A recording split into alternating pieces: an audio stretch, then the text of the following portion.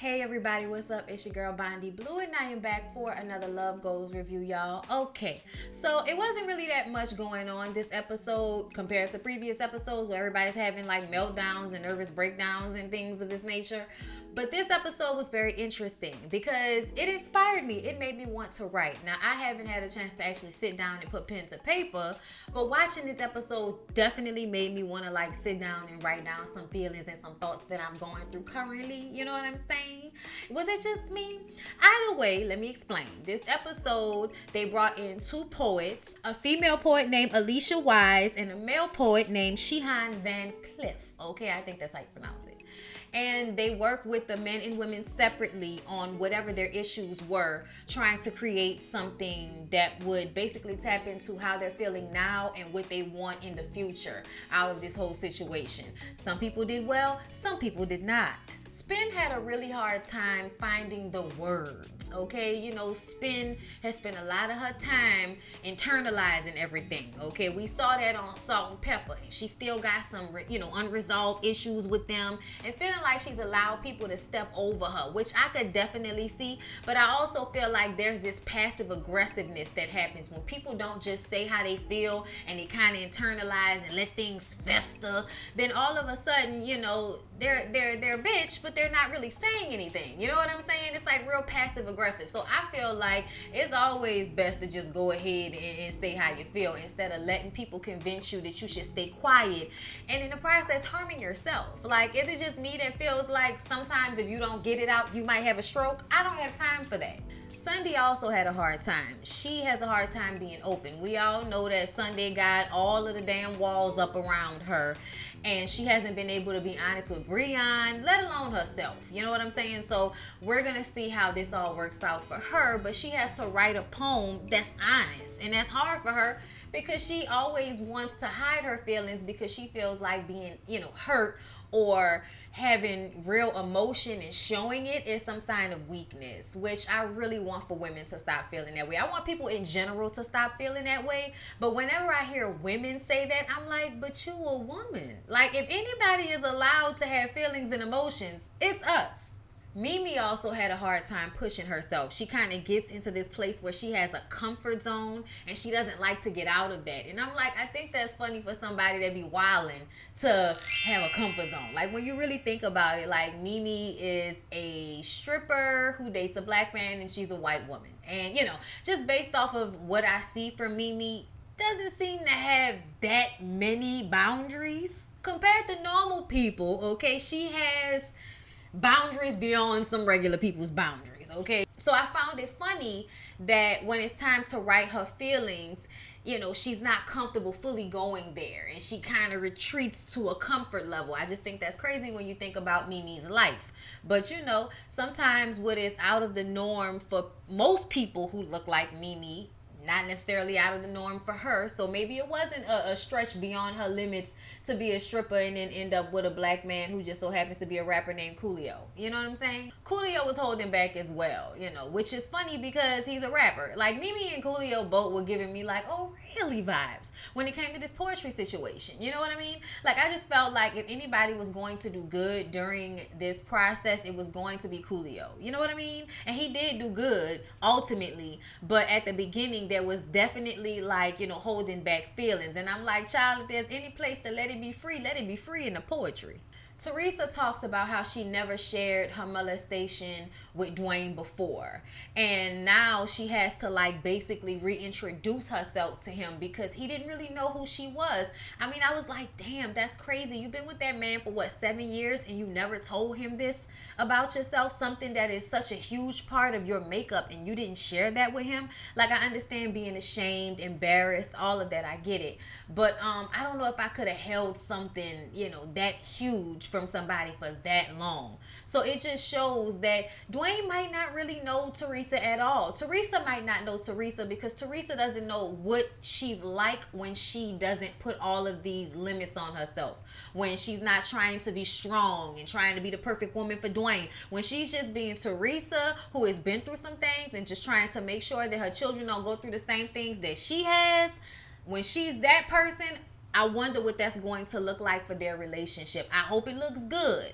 But something about their dynamic makes me feel like Dwayne is comfortable with Teresa being quiet and not speaking how she feels. Like, he is very comfortable with the version of her that he knows. And I don't know how he's going to react to the Teresa that is busting out the seams to be herself and find out who she is. Will he be patient throughout that process? You know what I'm saying? Because a lot of the times when men get with women and they feel like these women, fit into the stereotypical confines of how they see women in their lives, which is like in some servitude. Like, think about it. The way Dwayne talks about Teresa, it's like she's a servant. And I wonder if she gets out of that mind frame and gets out of wanting to be that for him. Like, you want to take care of your family, you want to take care of your husband, but you do not want to be viewed as someone who is just in somebody's life to take care of them. You also want to feel like they want to take care of you. And a part of taking care of you is caring about your wants and needs as it pertains to your household, and not having 5 grown ass men just floating around all day, all night. So yeah, we gonna see. Everything is peachy keen this episode, but Dwayne and Teresa, yeah, this ain't over for them. We're not on the good side of this. Okay, wait on it. Now, Spin and Spirit have a little session alone, and they talk about Spin's issues in Salt and Pepper, and how she always felt like basically people were stepping all over her, and instead of cursing their ass out like she should have, she just kind of stayed quiet. And now she's in a place where she needs to find the words, especially for the poetry, but she needs to, like, as a woman, be able to say what's on her chest, say what's on her mind, be confident about it, and don't let people make her feel bad for being honest about her feelings, because people love to do that. You know what I mean? Like, you tell them how you're feeling, and then all of a sudden you're hurting them because you're being honest about your feelings. But, Spin says that she thought Salt and Pepper were her sisters, and turns out they were not. So, that was a hard lesson for her to learn.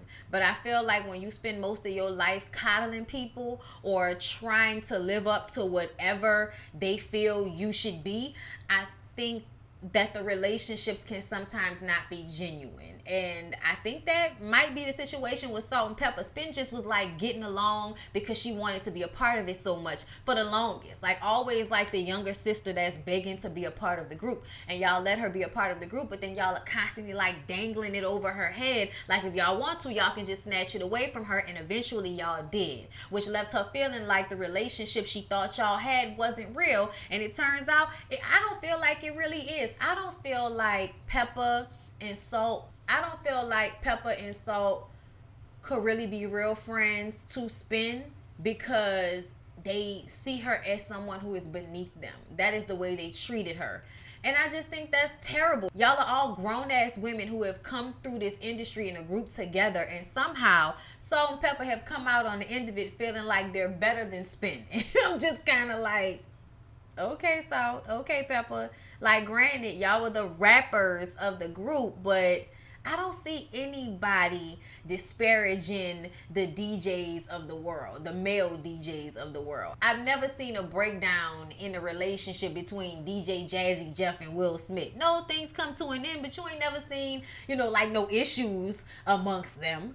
And maybe it just wasn't for us to see if there was, but y'all understand what I'm saying, right? Like, it just kind of seems like, why is it when it's women, it always has to be like an issue and a problem, and you not as good as me because you not a rapper? But Jam Master Jay was just as part of Run DMC as the rappers were. So I just kind of feel like Salt and Pepper was similar to that. So when I look at them just always trying to create this separation, we're the rappers, we're the stars of the group, and you just our DJ, like, I don't like that. You know what I'm saying? I don't like how that feels. So I understand where Spin is coming from. But now that the group situation is over, I really need for Spin to get past this. I need for you to get over it. I think you need to stop holding on to all of this resentment towards them. Let it go, Spin. I think that Spin's part in the breakdown between Salt and Pepper is the fact that Spin could never really let go of things. And instead of saying how she felt, she internalized, therefore kind of keeping it there instead of letting it go. So everybody thinks they've got over the issues, and really they have not. So y'all, Benzino was writing this beautiful poem for Althea to tell her how much he loves her and how much he wants to be with her.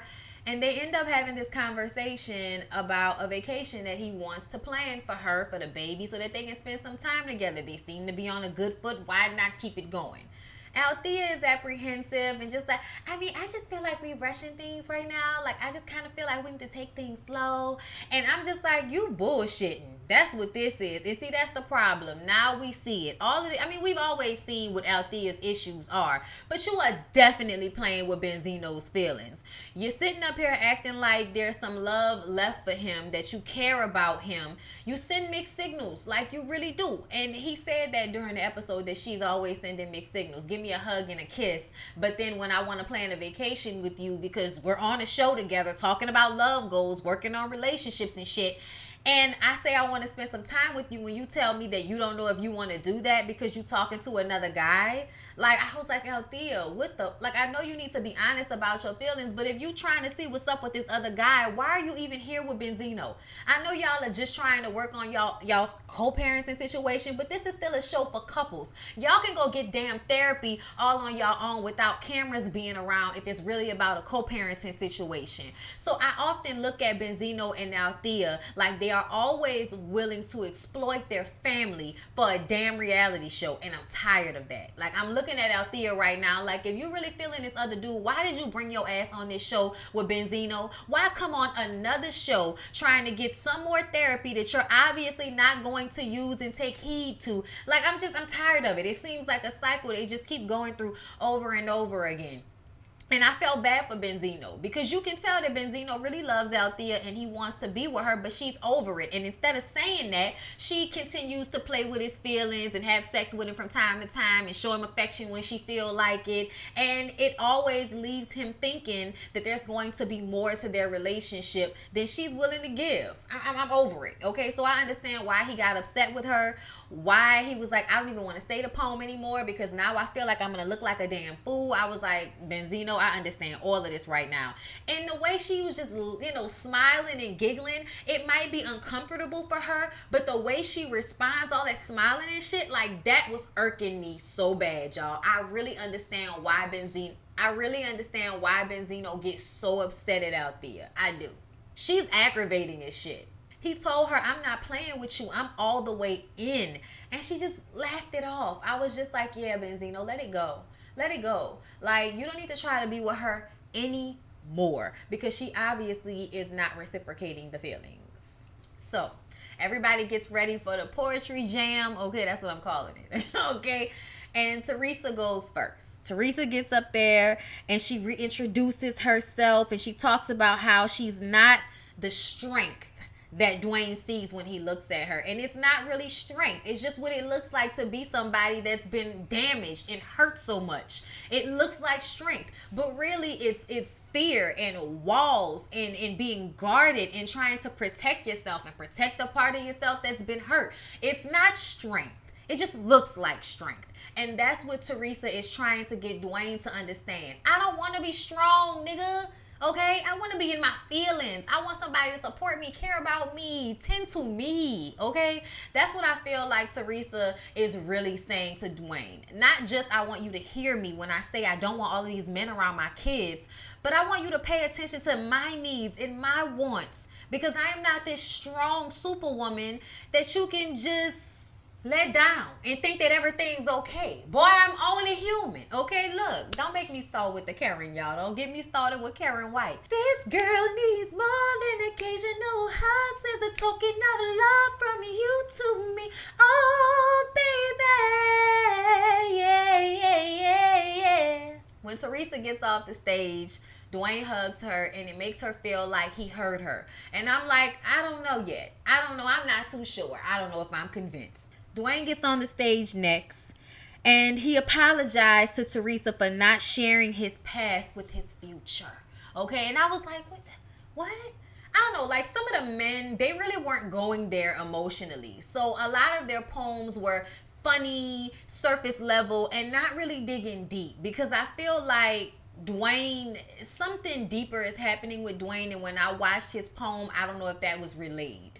But you know what? We're going to let y'all live. Mimi goes next, and her poem is about how she is no longer running from love. She wants to be with Coolio, and she wants to have his last name. She wants marriage. It's so funny how I feel like there are so many women that love screaming how they don't need something, and when they get older and they get with somebody, they like, I want it. I want the same last name. I want the whole marriage thing, because you realize at the end of the day, no matter what anybody says, we live in this social construct. So how we view relationships and what we, see as the ultimate goal, no matter how much we try to, tell ourselves it doesn't matter, you notice as people get older, shit be mattering. Like, I'm just saying, okay? Because I feel like Mimi looks like one of those women that told herself for years, I don't need that. I don't need to have the same name as him. I don't need to, be married to him, to be in a relationship with him. And now it's like being honest with yourself and saying, no, that is what I want. Okay, that is what I want. Give this to me. All right. And I feel like if you're willing to love somebody, be in a relationship, go to therapy, if you're willing to do all of this with somebody, you might as well marry their ass. I'm just saying. Then Coolio gets up there and basically says that Mimi is his bottom bitch and he needs her to show him how to love because he doesn't know how. Mimi was moved. I felt like, that would not have worked with me. It's just, I don't know why, but I felt like when the jokes came in, sometimes it felt like it was a way to avoid real emotion. Was it just me? Let me know down in the comments. Sunday goes next, and she basically was talking straight to Breon about how she feels like her innocence being taken away and how she wants to love him. She wants to be open and honest. She wants the most vulnerable love she could possibly have with this man. But it's so hard because of everything she's been through and how she feels the world views her and how she views herself. Like, you just really see that Sunday is finally recognizing that all of that, basketball wife shit, that whole persona that she puts on, is a way to protect herself from all the pain she's been through and the fear that she probably feels that she will constantly be having to go down the same road over and over again. Y'all, I really want somebody to love on Sunday. Like, she needs it, okay? And when I look at her, going through this process, I really hope that she gets out of it what she needs, because you can tell that that's somebody that can really be so happy if only they can let go of all of the pain and all of the fear that they've been through. You know what I'm saying? Is it just me? You can see it in Sunday's eyes, right? So Breon goes next, and his poem was about the napkin. He talks about how when he first met Sunday, she dropped the napkin and bent down to pick it up, and that's when he saw her and how beautiful she was, and napkin and her ass and everything, and fell in love, okay? And how he also wants to be with her and love her and everything. So he gave a little bit more than I feel like some of the other men did, but ultimately still, the men did not go as hard as the women. It's just, it is what it is. Niggas do not know how to be real about their emotions and put them down on paper, even those that do it for a living. When Althea gets up there, she was like the only woman that I felt like it wasn't really about the couple. It was about her personally. You know what I'm saying? Which is not a bad thing, because it's obvious that they are both here because they need therapy all on their own, okay? And Althea talks about she wants real love. And I was just like, bitch, you are not Mary J. Blige. Be real about your, what are you talking about? She said something about how she doesn't say the things that she's really feeling, and the things that she does say causes issues in a relationship. But you still not saying what you're really feeling. You're saying you're not saying what you're really feeling. I was like, really, out there? That's all you got? And Benzino was like, I guess she was saying how she felt, and that made me feel like I could get up there and say what I needed to say. And I'm glad that Benzino felt that he could still be honest about his feelings, because I think that was such like a huge step for him to be real about his feelings, even though he can tell that the relationship with Althea is probably never going to be how he wants it to be. Being open and honest about his feelings is the first step to getting past those feelings. So I was here for Benzino sharing how he loved her. He loved his son. He wants to be with her. He, feels she's perfect. I'm like, she's not perfect. Stop lying in this damn poem. But I understand what you mean, Benzino. You feel like there is something about her that always attracts you. And for you, in that is some perfection. You know what I mean? But ultimately, Benzino's poem was very moving when he talked about his love for his son. And I think that they need to just understand that that's what came from this relationship. I think they just need to understand that that's all good that really came from this relationship, Lil Zeno, okay? And that's it. I don't think that maturity-wise, either one of them are on the level to be what the other one needs, okay? Like, I think they both need to get better people to be with, okay? Althea needs a better man to be with, and he needs a better woman to be with. Them together is just toxicity. It doesn't matter how much y'all are drawn to each other. That is obvious. But when he's pouring out his heart and she can't return that, but then she's always trying to make him be honest about his feelings, to me it's just obvious that you gotta let it go. You gotta let it go. But they hugged and she teared up and it was sweet, but I'm just not convinced. And then Q goes next. And he talks about his love for Spin. And then Spin goes next. And she talks about how she's the quiet giant. But, you know, fuck you. Fuck you to all the bad men she's been with. Fuck you to Salt and Pepper, a.k.a. fake ass friends. All right? Goodbye. Bye to all the fake people in my life. I never wanted you around me, so be on your way now. You better think twice before you let people in your life. Cause when you get down, no one is around you. You got a case of the fake people. I probably didn't sing that all the way right because I haven't heard it in a long time, but that's TLC. A case of the fake people, all right? Yeah. So Spin finally found the words. Fuck you. Fuck you. Fuck you. Okay, she finally got that off her chest. And she pointed her middle finger in the confessional. And we're like, great. Okay. Spin's poem was also more so about her own experience than it was about her relationship with Q. I don't know why Spin and Q are on this show because I have yet to see anything dealing with their relationship. It's all about Q's upbringing, Spin's upbringing, and how they both need therapy, but not necessarily because of their relationship. Everybody else seems to have relationship issues. I don't see that with Spin and Breon. So there's something still being held back from the two of them. You know, because this Salt and Pepper shit is surface. Like, what's under there? Like, give me what's under there, you know? And I know we talked about Spin's childhood and everything, but I just mean Q2. Just something is surface level with the two of them. You know what I mean? Not their relationship, but with their showing. So, I'm not sure yet. But this episode was good, y'all. I'm definitely going to write me some poetry, you know, because they inspired me. All right. I hope y'all enjoyed the review. Please don't forget to like, comment, and subscribe to my channel if you have not already. I love y'all, and I'll see y'all in the next one.